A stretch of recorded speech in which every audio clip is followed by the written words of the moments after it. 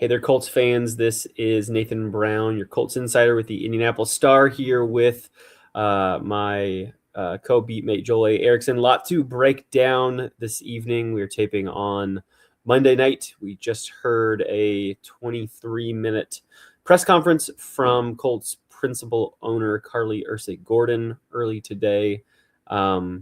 Just less than 24 hours after she opted to hold on to head coach Shane Steichen and general manager Chris Ballard. Know there's lots of opinions on both sides of that decision, and we got, I think, a really introspective and well-explained Carlie Irsay-Gordon in this press conference today. She gave an opening statement.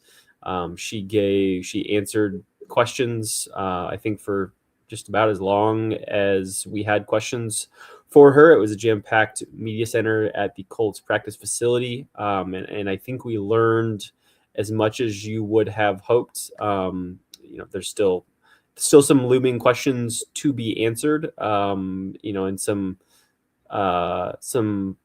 holes that weren't completely filled in, but I feel like we have a better sense, certainly, than we did at this point yesterday, as to why Shane and Chris were held on to after this 8-9 season, where the Colts lost their last 7 games and became the first team in 30 years to start 8-2 and not make the postseason. We also had locker cleanout day for the roster. Got to speak with a lot of stars on all sides of the ball, from free agents to veterans, to get a sense of not only what their off seasons and their futures might look like, but how they finally view the totality of what this 2025 Colts season was. So to break all that down, we will start with the topic that I think is most newsworthy and timely, getting a chance to speak with Carlie Irsay-Gordon.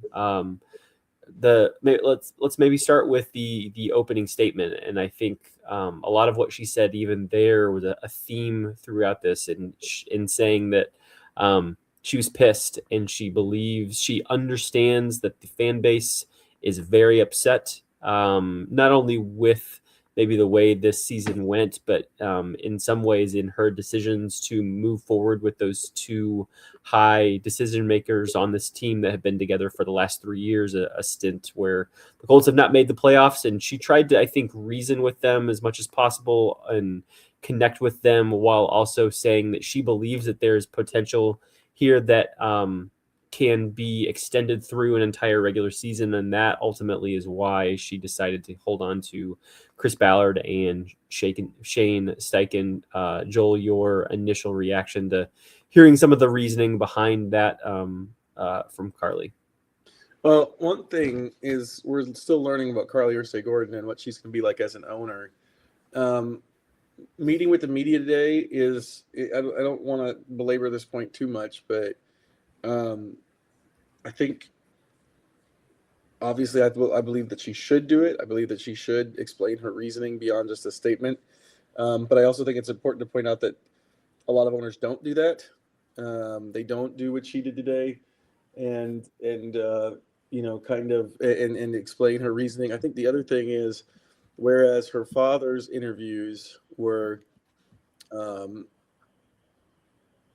often rambling, and you had to kind of parse through some stuff to get to what he was really saying. You don't really have to do that here, because she repeated the same things over and over again. There were specific thoughts that she wanted to get across, and it's just a very different interview style, because you really have to be precise with your questions, is one of the other things that stuck out. If you ask her something that is essentially the same as a question that's asked previously, she immediately references that. She immediately clocks that she's already answered it. I would say this, one of the reasons that we as journalists do that is because oftentimes on first question, a person will not give you the full answer. And then if you ask it a different way, a little bit later, you get a better answer. 97-ish% of the time that works. Mhm. She's not really one of those people. I think the opening statement, the two things I thought she was trying to get across, or maybe three things she's trying to get across, if I'm summing it up. She understands the frustration. There is urgency to win, which I think was her way of saying it has. She stopped short of saying playoffs or bust, but I don't know what else that could mean. Mhm. The sense of urgency piece. And then the other piece was, I feel like I saw enough that interested me that I wanted to see this again. Those are the three things I took away from it. And it was a lengthy statement, but I think if you look at it or listen to it or read through it, you'll hear those same three themes the whole way through. Yeah, and as you were getting at there a little bit, I mean, this was both a very very well prepared Carlie Irsay-Gordon, but also an honest one. She did a for better or worse, she did a good job of you know depending on what the question was, kind of circling back to those points. She drew everything back to what her central message was, which is what you stated right there. I think she repeated the phrase "sense of urgency" 9 times in her 23-minute press conference. She said she or we were pissed. I think 7 or 8 times. Like there was definitely she was not shooting from the hip or speaking off the cuff like sounded like her father often would. And I think there is.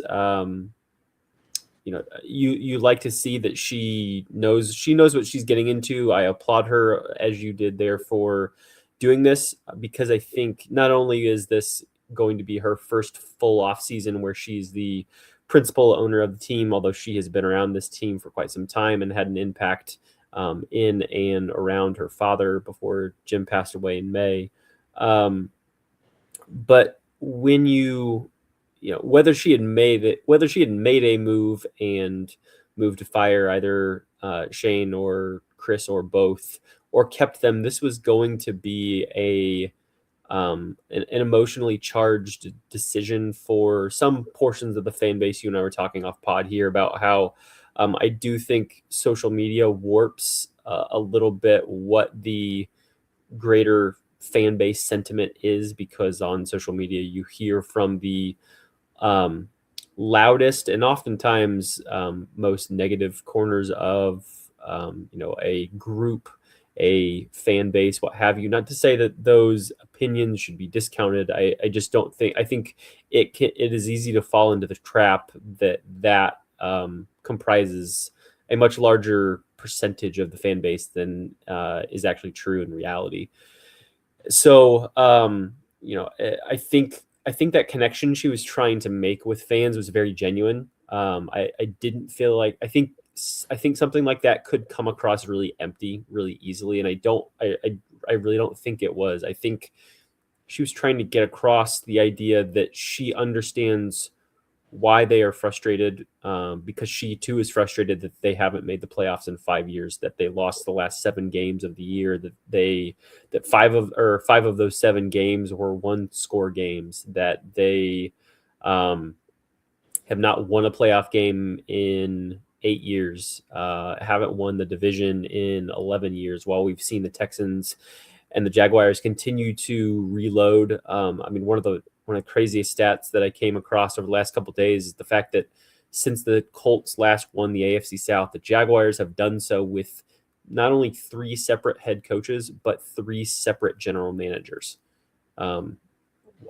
Essentially all while, or mostly while, Chris Ballard has been there, and while he has had a handful of head coaches that have all not been able to do what Jacksonville and Houston have been able to do. So I think those emotion and that connection is genuine. But as you said, she really truly believes in the glass half full mindset of what this team was over 10 games. And again, a recency bias makes it, I think, really easy to forget what that was. That seems like it was an eternity ago. But I think would be viewed very differently if this Colts team lost the first 7 games of the year and then went and finished the year 8-2 for one. I think either Shane or Chris or both probably would have been fired had they started 0-7, but that's kind of beside the point. But this feels very different.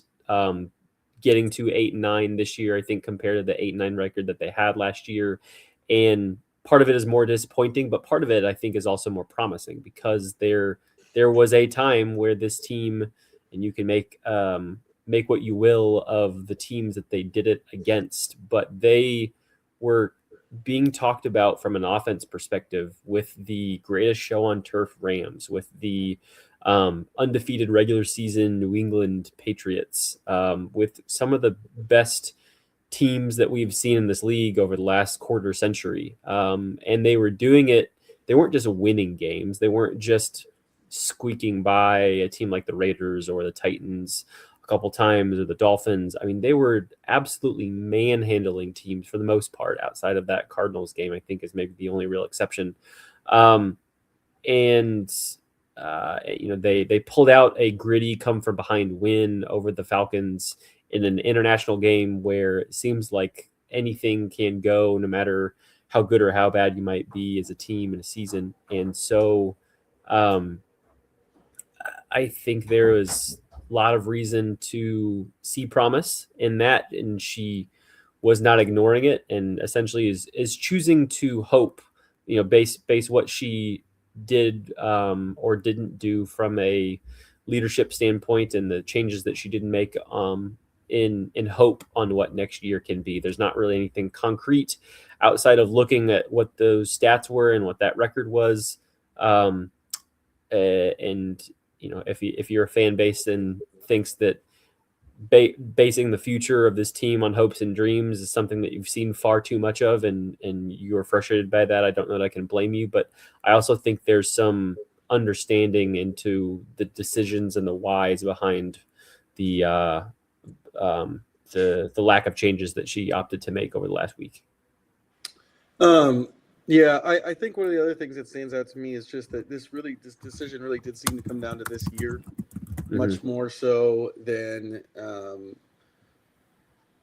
the entire body of work. I don't know, just from a gut feeling standpoint, how I feel about that. There's also there's a nagging thing, which I think the fan base probably feels, that Chris Ballard shouldn't have gotten another chance after 2022, and that we're just everyone got put in a different spot, or in a different weird spot here because of that. Maybe that's just me, but that's kind of how I feel, is like some of this is related to Chris Ballard. I do want to say this though. This is a specific thing with Chris Ballard. This is what she said. Just something that stuck out to me is just when she was asked about Chris Ballard, the thing she kept coming back to was he changed his approach, and in her mind for the better. He changed his approach. He made some of the strides in the areas that they that it sounded like she wanted. I think maybe if there's a takeaway from that long term, it's that whoever is the GM going forward, maybe she wants to be more aggressive. I think it's probably reasonable to assume that she was maybe more in control around the free agency period too, just based on what we know about some of the timeline stuff too. Obviously, I think we've seen the reported stuff on Sauce Gardner. It just seems like maybe she wants to be more aggressive than Ballard has been in the past. There's an answer in here that I've got to find.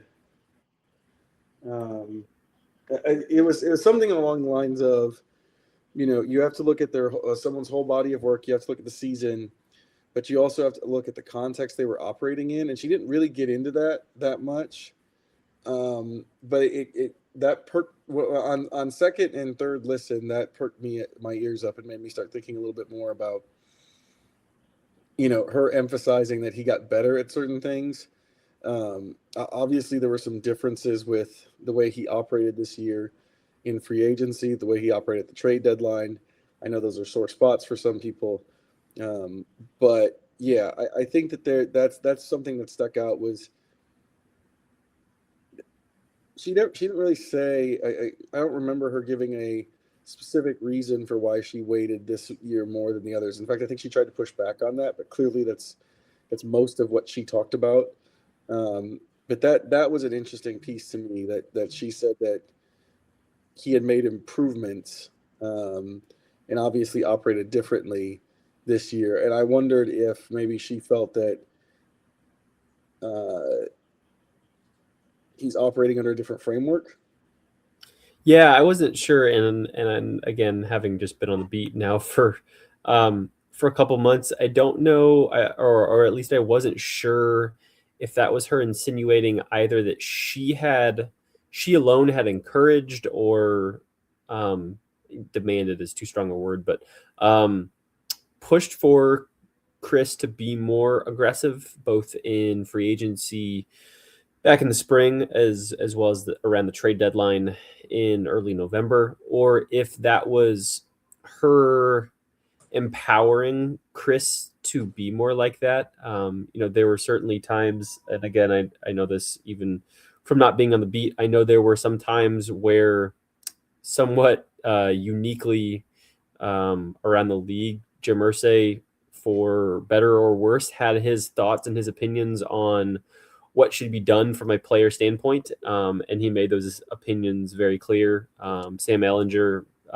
playing in 2022 certainly stands out as one of those moments, and so I wondered a little bit if that was her, in a way, almost saying that, or claiming that some of the conservativeness that Chris Ballard has been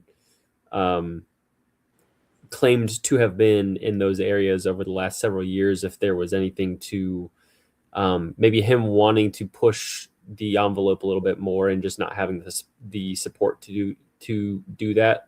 Whatever the truth is there, it certainly feels like he does have that, and I think you can take away that Carlie wants to see more of that. That doesn't mean that she is going to have him trade away all their draft picks and just go and fill out their roster in free agency. But it certainly sounds like if there is someone that they think is going to be a game changer and a great fit for their team, if it involves trading back into the back half of the first round this upcoming April, if it involves packaging a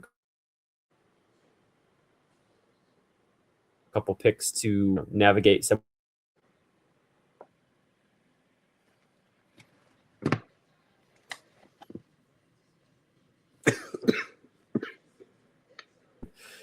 just a couple baskets. I think she could be talked into those types of decisions for the right reasons, which makes for an interesting idea of what this Colts team might look like as we get through the next 6 to 9 months or so of this offseason and training camp and the draft and what have you, to see what an improved upon Colts team in 2026 might look like compared to what we saw in 2025. Yeah. And the improved 2026 thing, and I don't know that she addressed this outside of saying that she thought that Ballard could take his different approach into next year. But I do think I've got something in my throat. It's a really rough.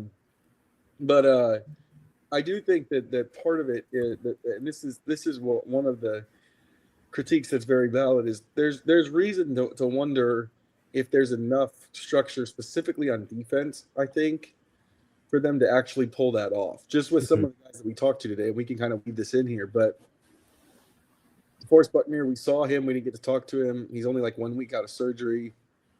He looks about like you'd expect if you're 1 week out of neck surgery. Yeah, neck brace, very stiff, somewhat uncomfortable, but around the team, which is a good sign at least.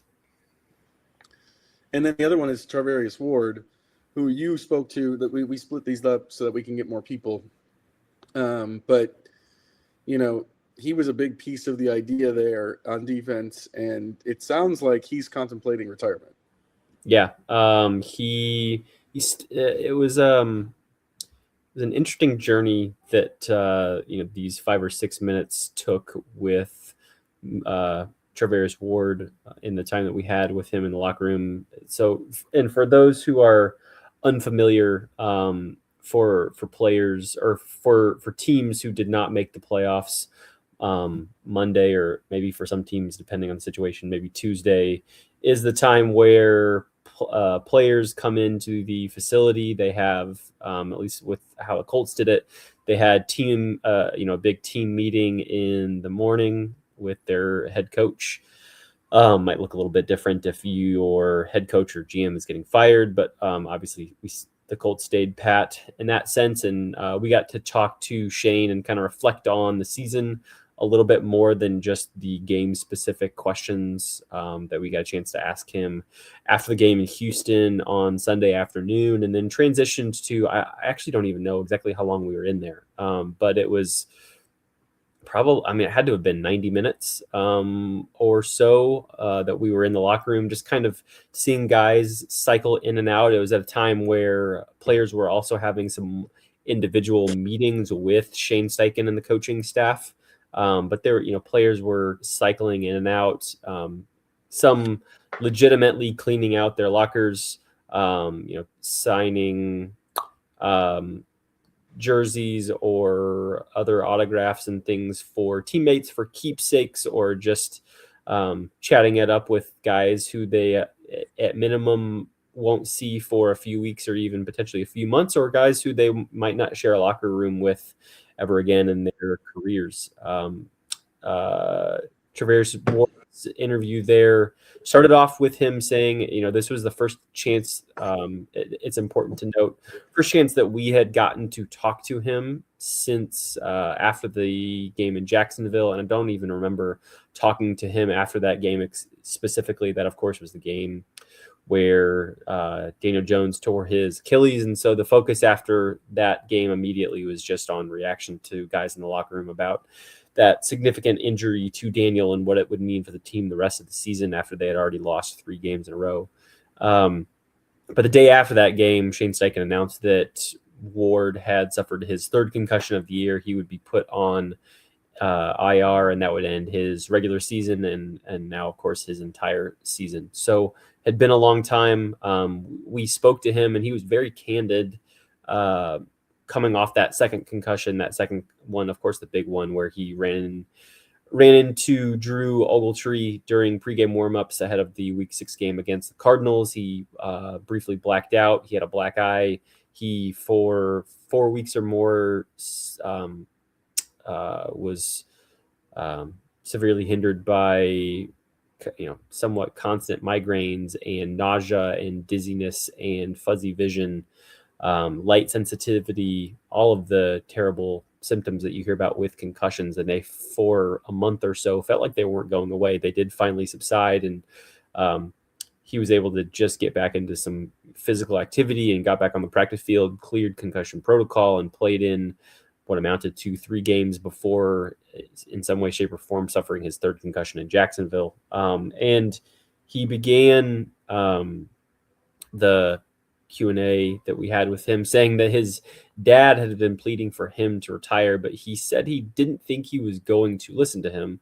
But then as we started talking to him more, I almost feel like maybe his honesty kind of came out a little bit more. He was talking about how if he retired, he wouldn't regret it, how he's won a Super Bowl and played in 3 Super Bowls. He's been a Pro Bowler. He's been an All-Pro. He's made more than $68 million in his career. And really his health and his ability to be a great family member, a father to his son, to his a husband, to his fiance, are really, really important to him. And it's very clear that he would be more than happy to give up his career in football if he feels like that is going to ensure that time, just as a human being and as a husband and as a dad, could be at all negatively impacted. And he did say definitively that even if he did come back, that he would retire as soon as he got one more concussion. But I left that feeling like, we were already kind of suspecting it, knowing what we heard from him back in November. And I I came away from that feeling like at nothing else, he is leaning towards retiring. Obviously, there's a lot of emotions immediately following the end of a season for lots of reasons, for lots of different people. So we'll see how he simmers with that decision over the next couple weeks. But I do think he will make that decision sooner rather than later to help the Colts know what they're needing to target in the draft and in free agency. And he also has I think more than $7 million additional guarantee on his contract that would be triggered if he's still on the roster by March 17th. He sounded like from talking to him, he doesn't want to negatively impact the Colts in any way. I will not profess to understand how contracts and guaranteed money and dead cap and things like that are affected if someone retires during the middle of a contract. That's something I will at least have to work to understand a little bit better. I don't know what you understand about that, but a really notable development for the Colts from a guy who they felt like was a big fish that they had landed about 9 or 10 months ago in free agency. Yeah, concussions are, now that we understand more about them, but I think even more so, like what he's dealing with is something that's not. I almost think it transcends even the time period. The idea that I should say, I've known some people who could have like sort of a glancing blow, and they have a much worse reaction than you would normally get if you get a glancing connection with your head. That stuff is, it's a concern. I don't know any other way to say that. Charvarius Ward has been through a lot personally. He's been through an enormous amount personally, and I just think in today's day and age, and really probably before then even, like there comes a point with concussions where you really have to weigh it differently. And it sounds like he's at that point. I don't know what he's going to do. He's been kind of unwilling to say that he's going to retire. But also he's been through a lot from a personal standpoint recently, from his head standpoint. That's a big deal. And this is where we get into like the defense, improving the defense. I do think the secondary has a chance. Sauce Gardner, I did talk to him today. He feels like his calf strain essentially stemmed from them playing 90-something snaps against Kansas City, which, I mean, that is 2 games worth of work in 1 week. So that's possible.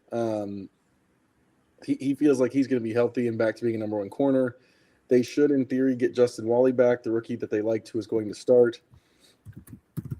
Cam Bynum, I don't know what you do with Nick Cross. I think you can fill that spot if he does leave, though.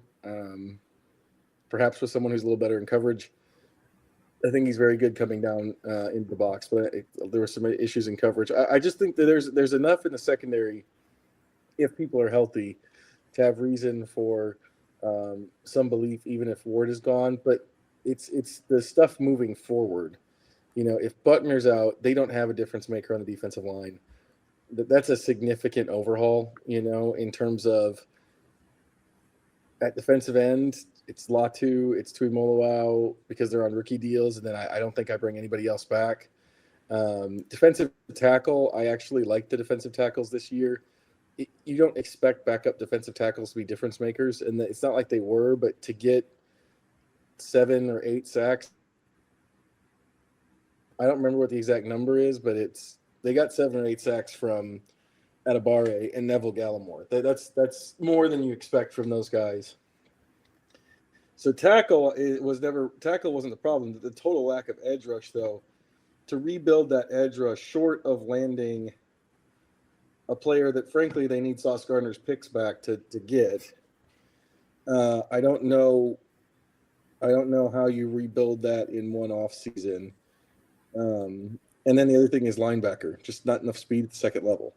That's a position that you can get in the later rounds where they have picks and believe you can get some production, but it just feels like a tall order, especially with Buckner dealing with a neck that, could compromise him. He's had his own, brush with the bigger questions of the game.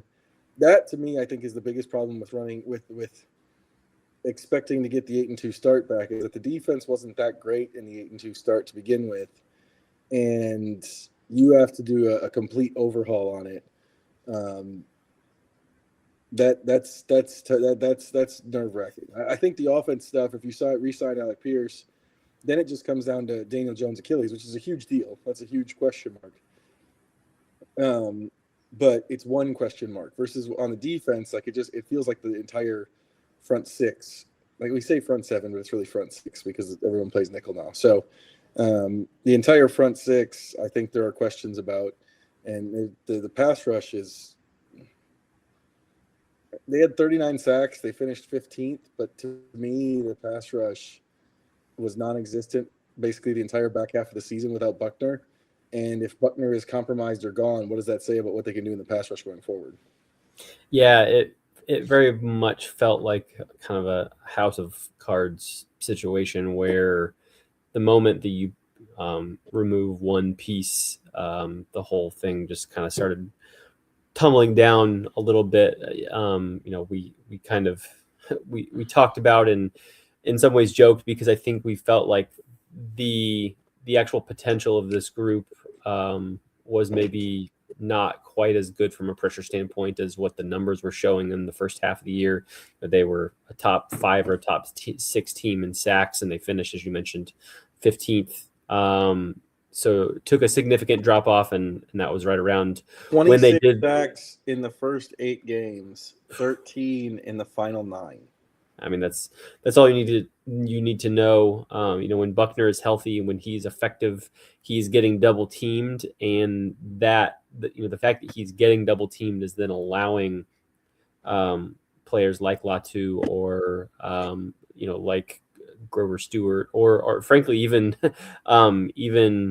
some in Buckner, if he's just able to kind of outsmart or work his way in between a couple guys, he can still get to the quarterback and still can sack someone even if he's in those double team situations. But those, they have to have 2 guys dedicated to him in order to give Latu or others opportunities to win. Otherwise, when he's just one-on-one against a big, strong veteran offensive lineman, he's almost never getting home. And then when you have a weakened secondary where the quarterback can get rid of the ball quickly, those guys just don't have enough time to get home. And that's what we saw, I think, a lot of over the back half of this offseason. Shane Steichen told us a couple times when we asked about Buckner recently, he said he believes that the surgery went well. I don't know that we really hear about a surgery not going well, so make of that what you never wish. But he also believed that Buckner would be back. Buckner has spoken a little bit about wanting to make sure that he is healthy for his kids and his family. Does not want to be go into retirement a battered ailing ex-football player. So we will see how his neck recovers from this surgery. That's not an easy thing. I don't know that it's a slam dunk that he is back on the field next year. If he is back and can be healthy, I think that's a major development, even if you only get 1 or 2 more years out of him. But yeah, not having him, not having Travarius Ward, those are big key pieces that if you're already thinking about having to retool this defense and then you've got to find replacements for them, that starts to make this a little bit difficult for me to imagine this Colts defense taking notable steps forward. If you've got to replace him and you've got to find someone better on the edge and you've got to tackle the linebacker spot, and even if you have Justin Wally, you still got to I think you have to get some better depth at secondary so that you're not, if one guy gets injured, you're not in a position where you have to, despite their efforts, have to play someone like a Cameron Mitchell or like Jonathan Edwards at the levels to which they are currently matured from a performance standpoint, where you have to play someone like that gives you such a significant drop off. I think that was a big issue this year too. And as you mentioned, offense is not a slam dunk. I think you can almost guarantee that Daniel Jones throughout next year, particularly in the first chunk of the year, is not going to be the Daniel Jones that we saw through weeks 1 through 8 this season. It just doesn't happen. Maybe he's, is he 75%? Is he 85%? Is he 90%? I don't know exactly what those percentages mean, but I think the key is, can he comfortably, throw, scramble in the pocket, move around a little bit. Maybe he's not able to run and scramble and get out of the pocket and take off and actually gobble up some big plays like he had before with the same speed or same explosiveness. But you need him to be the, accurate passer who can move around in the pocket and make some plays with his feet, even if it doesn't mean scrambling and running.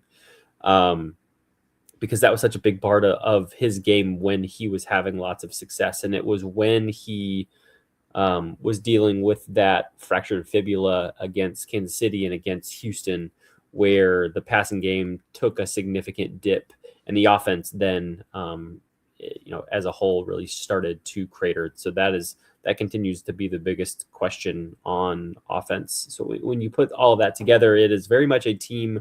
When I was talking about hope earlier, Carlie Irsay-Gordon believing that this team can be what it was in weeks 1 through 8 this year throughout the course of an entire season is very much a hope-based position, because I don't think you can guarantee that.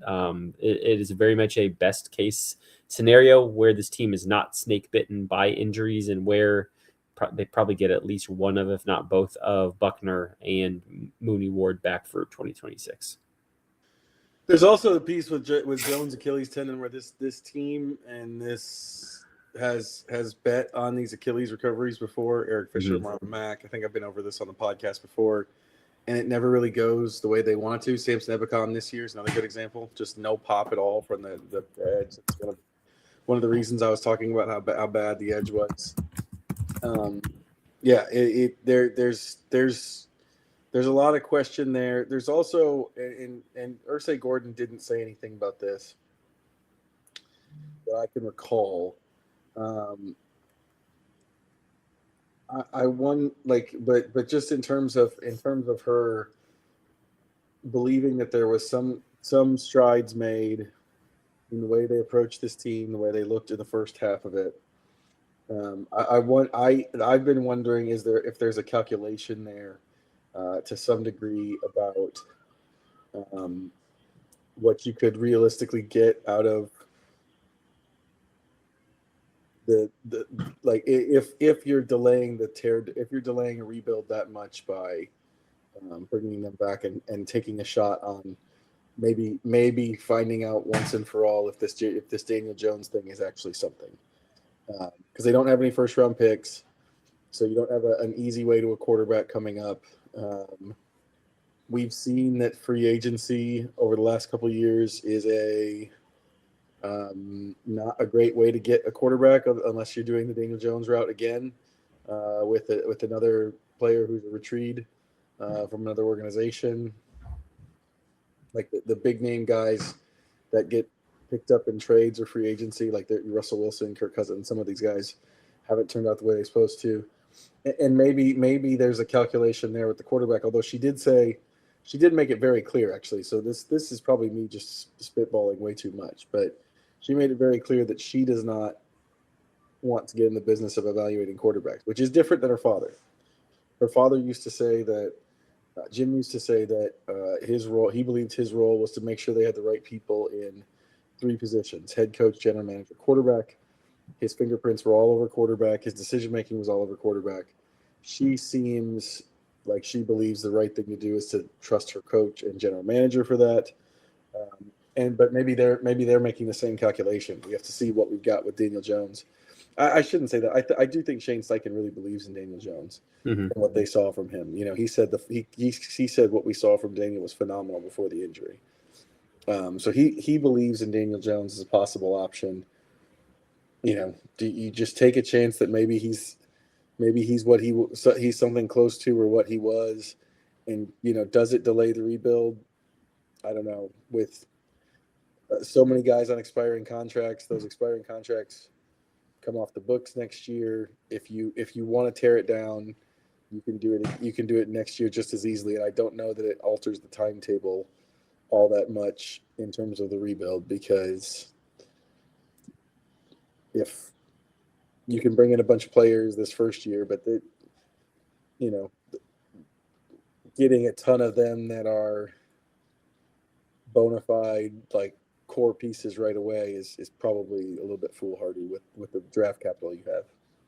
Yeah. I think one of the really important parts to look at there and kind of, I think, has to be a large chunk of why the Colts are betting so much on a quarterback in Daniel Jones who's rehabbing a torn Achilles tendon is the quarterback market is so rough. I mean, again, we've said numerous times they don't have a first round pick.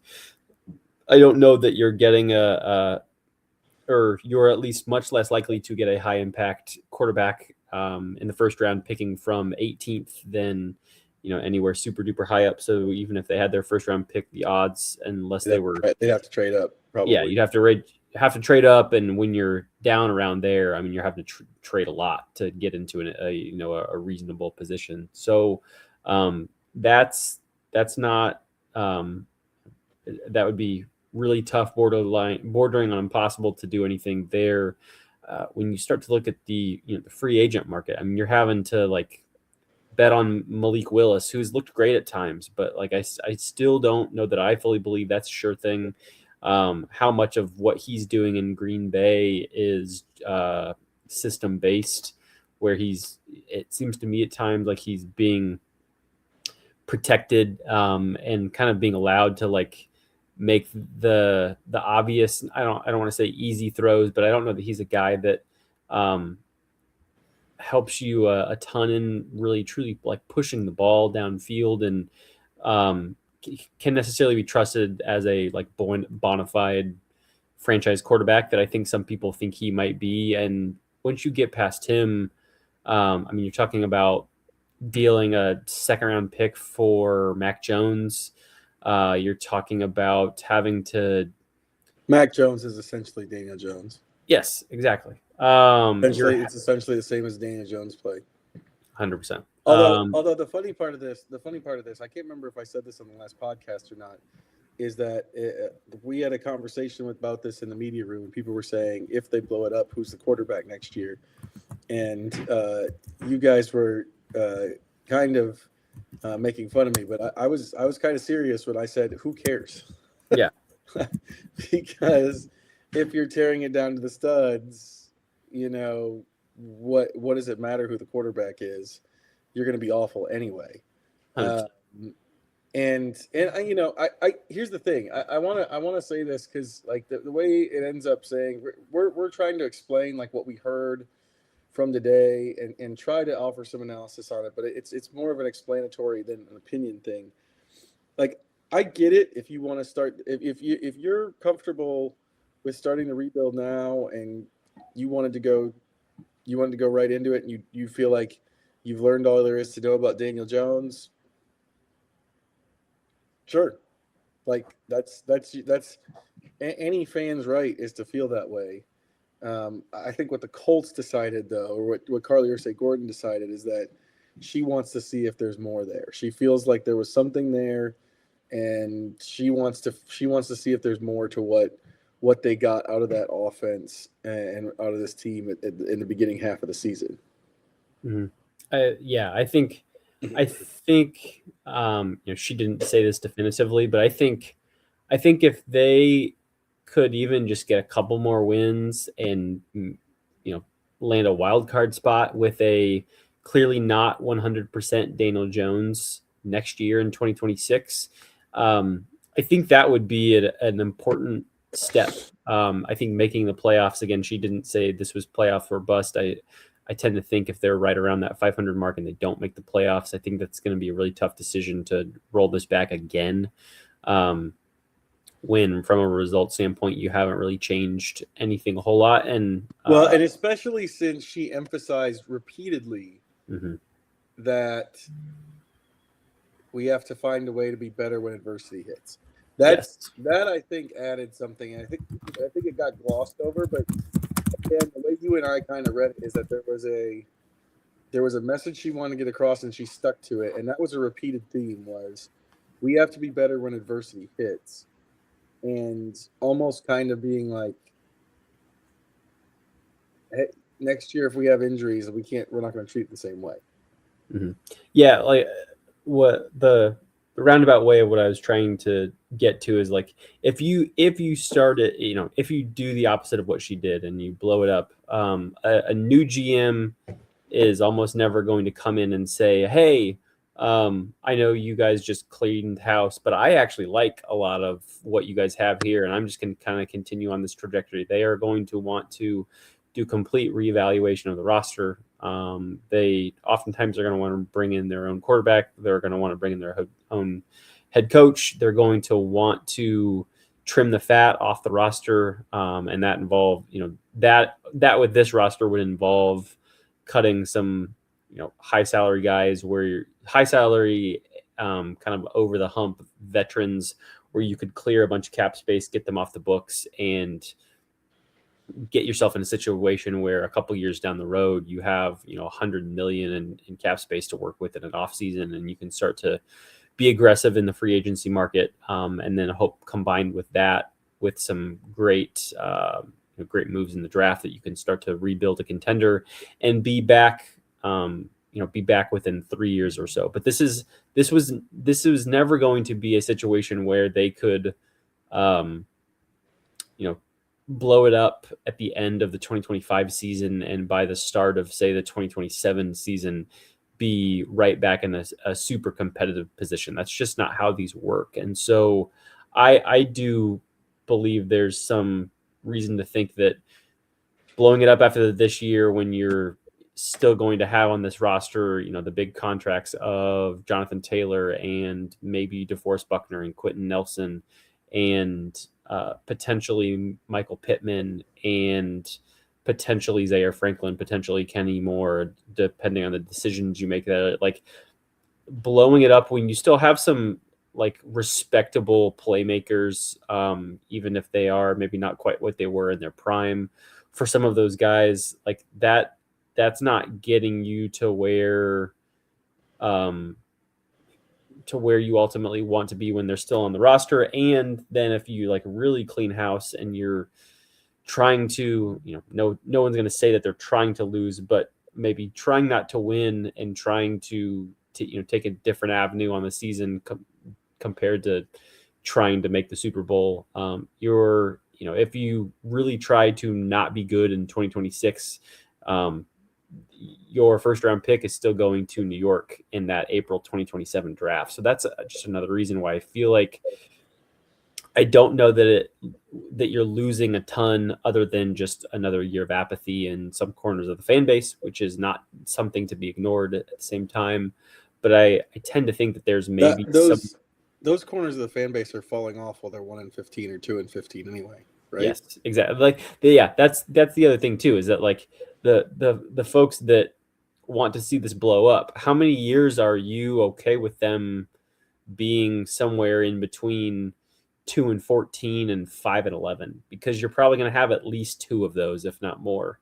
And the Colts, outside of the mess of a 2022 season that just went off the rails, they haven't been that very often. They have been one of those teams where when you get into week 14, you have some hope to make the playoffs. And yes, they have far, far too often come up short. and it may get to a point where you have to get worse before things can get better. I don't discount that is a legitimate possibility. I kind of feel like it's honestly maybe a coin flip. I think there's a chance that Daniel Jones can be good enough and that you can retool the defense well enough to pick up a couple more wins, but it's not going to be an easy feat. And I think there's also certainly a situation where this does not get any better and maybe, quite frankly, even gets a little bit worse next year. And we're having a very different conversation in 12 months from now. Yeah, I mean, ultimately, if you're a fan who goes, I don't want to take another chance, I would like to go into the tank here because I think it's the only way out of this 8-9. Ballard is 70-78, right? 70, 78, and 1 over 9 seasons. So that's essentially 8-9. Yeah. I feel like I'm going to get in trouble for some math here.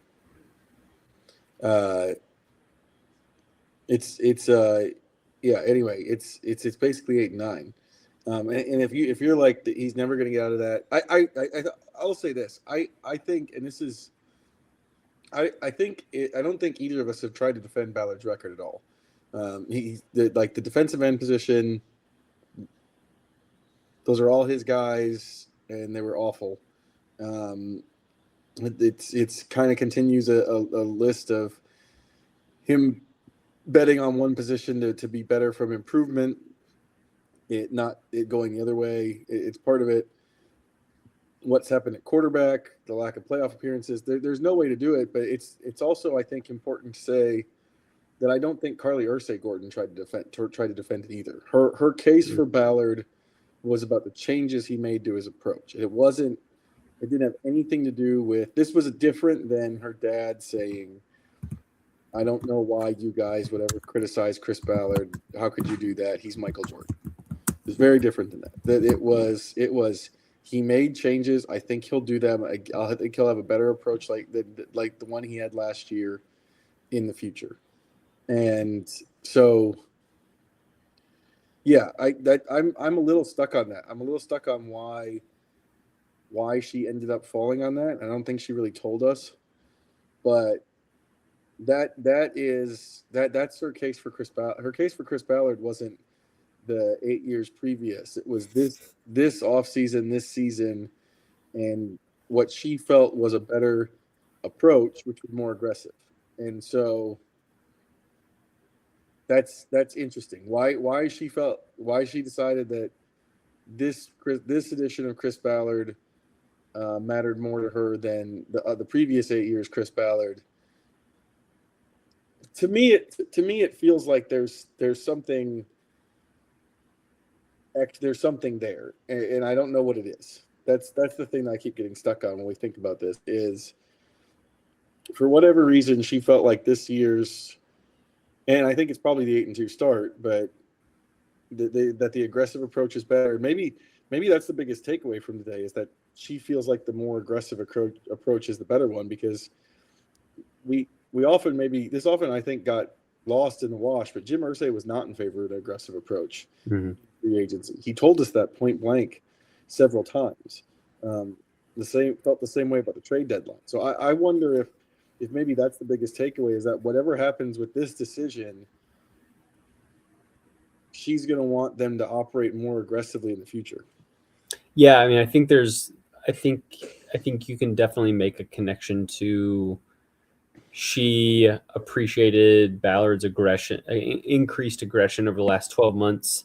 And as he got more aggressive, their ceiling got higher. I think that's maybe kind of what you're seeing. She's maybe a more aggressive person at heart in how she would want to see this team operate, certainly in how she wants to see this team try to take steps. It's not like this is a Colts team that's already kind of just a step off the mountaintop, and they're more so trying to find a way to stay there. This is a team that wants to take major leaps, and she doesn't feel like an owner who is wanting to just have to win everything through the draft and develop every single player on your roster. Although they have done a very commendable job of that on offense, it has very much so not been that case on defense. They do have a lot of homegrown starters on defense, but they certainly are not at the level of consistency and high impact as just about every one of those guys is on offense. So it's kind of, I feel like where we leave this. We'll get a chance to talk to Chris Ballard here in a couple days.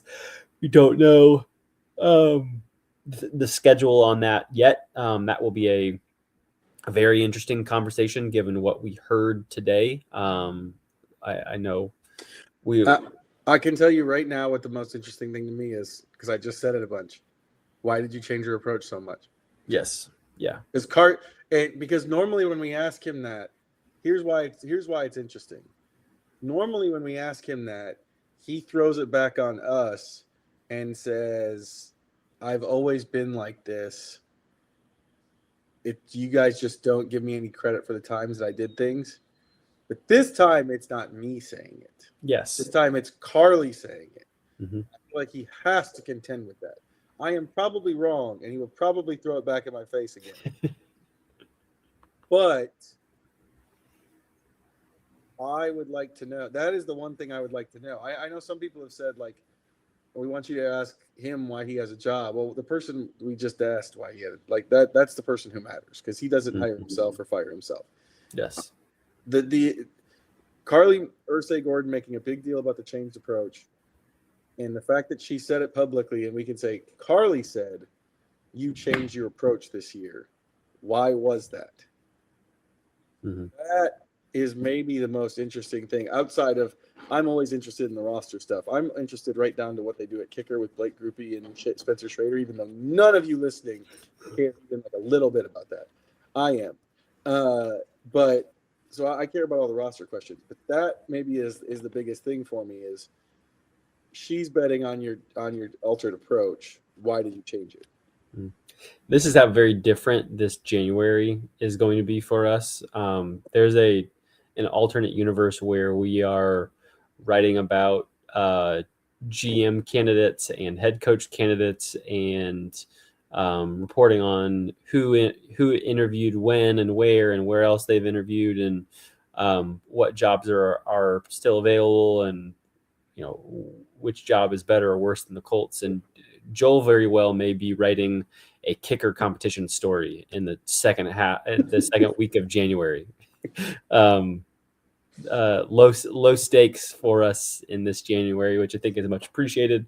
Will be nice to, I think really nice to kind of give us a chance to dive into this team. I mean, this team went from 8-2 to 8-9 very quickly. And I know, at least speaking for myself, getting into finishing up this first season on the beat and into my first off season, love to kind of dive into a little bit some of the stats around all of this and try to figure out some of the whys behind why all of this happened, why the run game fell off so much, why it felt like the defense really struggled in the manner that it did in some of those situations. And also feel like figure out who some of those answers could be in free agency. That's going to be a big thing. And if Chris Ballard indeed has changed his approach, then when you look at an offseason where he signed Daniel Jones and he signed Cameron Bynum and he signed Travarius Ward, like you have to think that there are going to be a couple more of those big signings now. Two of those Colts fans will hope or some, I guess it depends on your opinion on Daniel Jones, but two of those decisions very well could be in finding some way to re-up with Daniel Jones and then also trying to keep Alec Pierce. We didn't really touch on. I don't know that he said a whole lot truly notable today, other than the fact that Daniel Jones. He wants Daniel Jones. That was really interesting. I think that's definitely meaningful. I think it's important because it kind of seems like it's almost a foregone conclusion, barring something super surprising, that Daniel Jones will end back up with the Colts. So that's a big advantage on their end. He told us he's going to kind of let his agents deal with all of this and sit back and just kind of let the process happen. He didn't say definitively, I want to go to a contender first and foremost. I want to take the biggest check first and foremost. I really, or whether staying with the Colts is his first priority. It certainly sounds like he would love to be here. Certainly would love to continue catching passes from Daniel Jones and working with him. But that's certainly going to be something to follow. I mean, he was, depending on some of the lists you looked at, was sitting somewhere in the right around 5th to maybe the back half of the top 10 in terms of most important or valuable or sought after free agents in the market this year. And I think probably the second most from a receiver standpoint behind George Pickens, depending on who you ask. So those are the big things there, but interested to dive in at some point to figure out who outside the Colts organization currently the Colts might be able to target to fix some of those problem spots. I think edge rush is probably the one that you would maybe think about the most, because that's just going to be something that would be really tough to draft, to roll the dice on another first or second rounder at edge. The odds of getting someone who can really truly noticeably impact the game for you in year one as a rookie is going to be a tall task. So that would be a place where I would certainly expect them to attack free agency, but we'll do some dives here over the next couple of weeks and months to figure out where that might be. I have one more little hot take just to throw out. Bring it on. Just keep an eye on Lou Anarumo. I don't have any reporting on this. I don't know anything behind the scenes. It's the kind of coaching cycle where a guy like Lou Anarumo gets hired, because there's not an obvious candidate. No, there's not. There's no Ben Johnson. There's no Jim Harbaugh. There's no Sean Payton. There's not those guys. And also, there's been a ton of smoke from the moment Brian Daboll was fired, that the Giants like him. That could get the defense discussion interesting in a hurry. Is if he got a head coaching job. And I know what you're thinking, Colts fans. You're thinking, there's no way Lou Anarumo could get a head coaching job.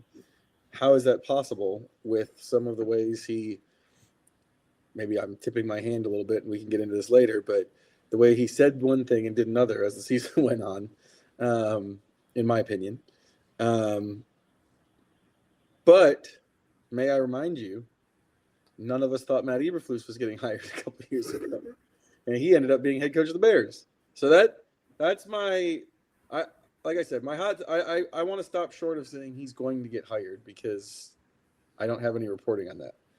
I am just more curious and paying more attention to those interviews than I think most people are at this point. Because it's the kind of cycle where weird coaching hires or coaching hires that seem weird from the outside can happen. Yeah, it's one of those where even if someone would make absolutely no sense, let's again kind of making up examples, but let's say like Lou Anarumo makes no sense for Arizona or for Tennessee or for Atlanta, but he's like the absolute perfect fit in New York. This feels very much like a cycle in a search where you could have guys kind of come out of the woodwork or maybe surprise us a little bit because they are just a good fit, because there's not the flashy names like the Ben Johnson or the Mike Rabel or Jim Harbaugh, or again, like you said, Sean Payton, or or even really, I feel like the flashy coordinators out of the Shanahan system, like a Mike McDaniel who came to Miami a few years ago, or even like a Mike McDonald who's now with Seattle. Like there's a lot of names that you kind of sort of recognize a little bit, but not someone that you maybe feel like you've been hearing consistently for the last 24 months that this guy is going to be a head coach someday, which brings some more volatility. And Lou has some significant connections to that Giants team. He was employed there briefly for a year. His son is a scout in that organization already. He's from that part of the country. He is kind of this no nonsense veteran, experienced, gruff, successful for a couple years, in particular when he was with Cincinnati, type of coach. I know his defensive success and resume over the last couple of years is maybe on paper not what you would necessarily want, but I also think there's a lot more to being a head coach than what you've been able to do with a couple different rosters over a couple of years with defense. It's about leadership. It's about selecting coaches. It's about empowering the right people to be making the right decisions. It's about roster management. It's about lots of different things. So definitely someone to keep an eye on.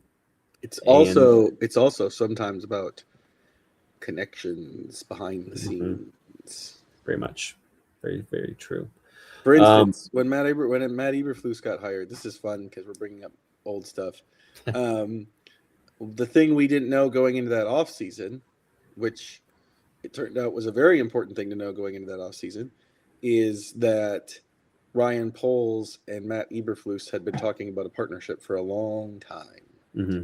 So we don't know. I don't have any background information on this.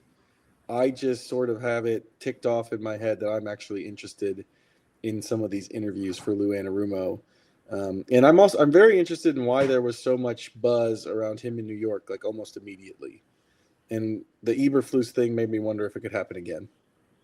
Very good point. We will keep an eye on that. That will kind of be the first big domino that could potentially fall for the Colts before, free agency kicks off here in early to mid-March, and we'll have the draft after that. But yeah, the potential of a new defensive coordinator is maybe the first big thing that we could see happen. And if that does happen, then who he might be replaced by, whether it's someone who's worked with or around Shane before, or another one of these coordinators or position coaches that's on the market that's looking to take a leap. I don't know exactly who that might be, but interesting thing to follow nonetheless. Lots of stories. I lost count the number of stories that you and I wrote today on IndyStar.com.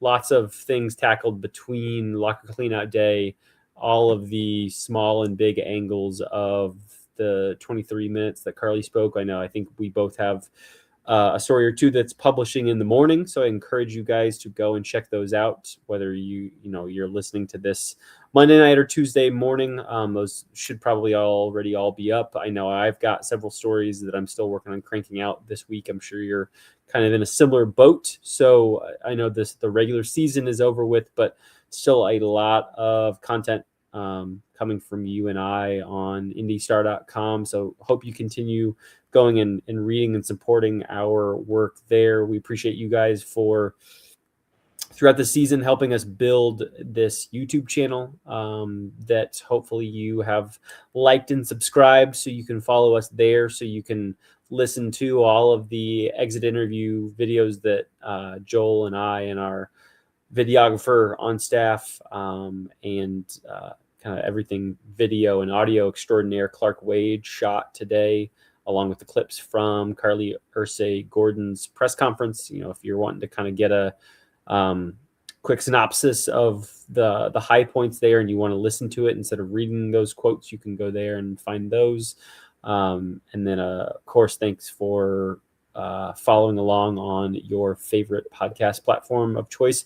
Don't entirely know yet what the cadence might be in the off season for a podcast here, but as we've said, there's going to be a lot to talk about and write about. So I'm sure we'll hop on here from time to time and update you guys and chat about what the direction of this Colts team continues to be, knowing that there is, from the words of Carlie Irsay-Gordon, a high sense of urgency coming into 2026 for notable improvement. So we'll have to see what that looks like.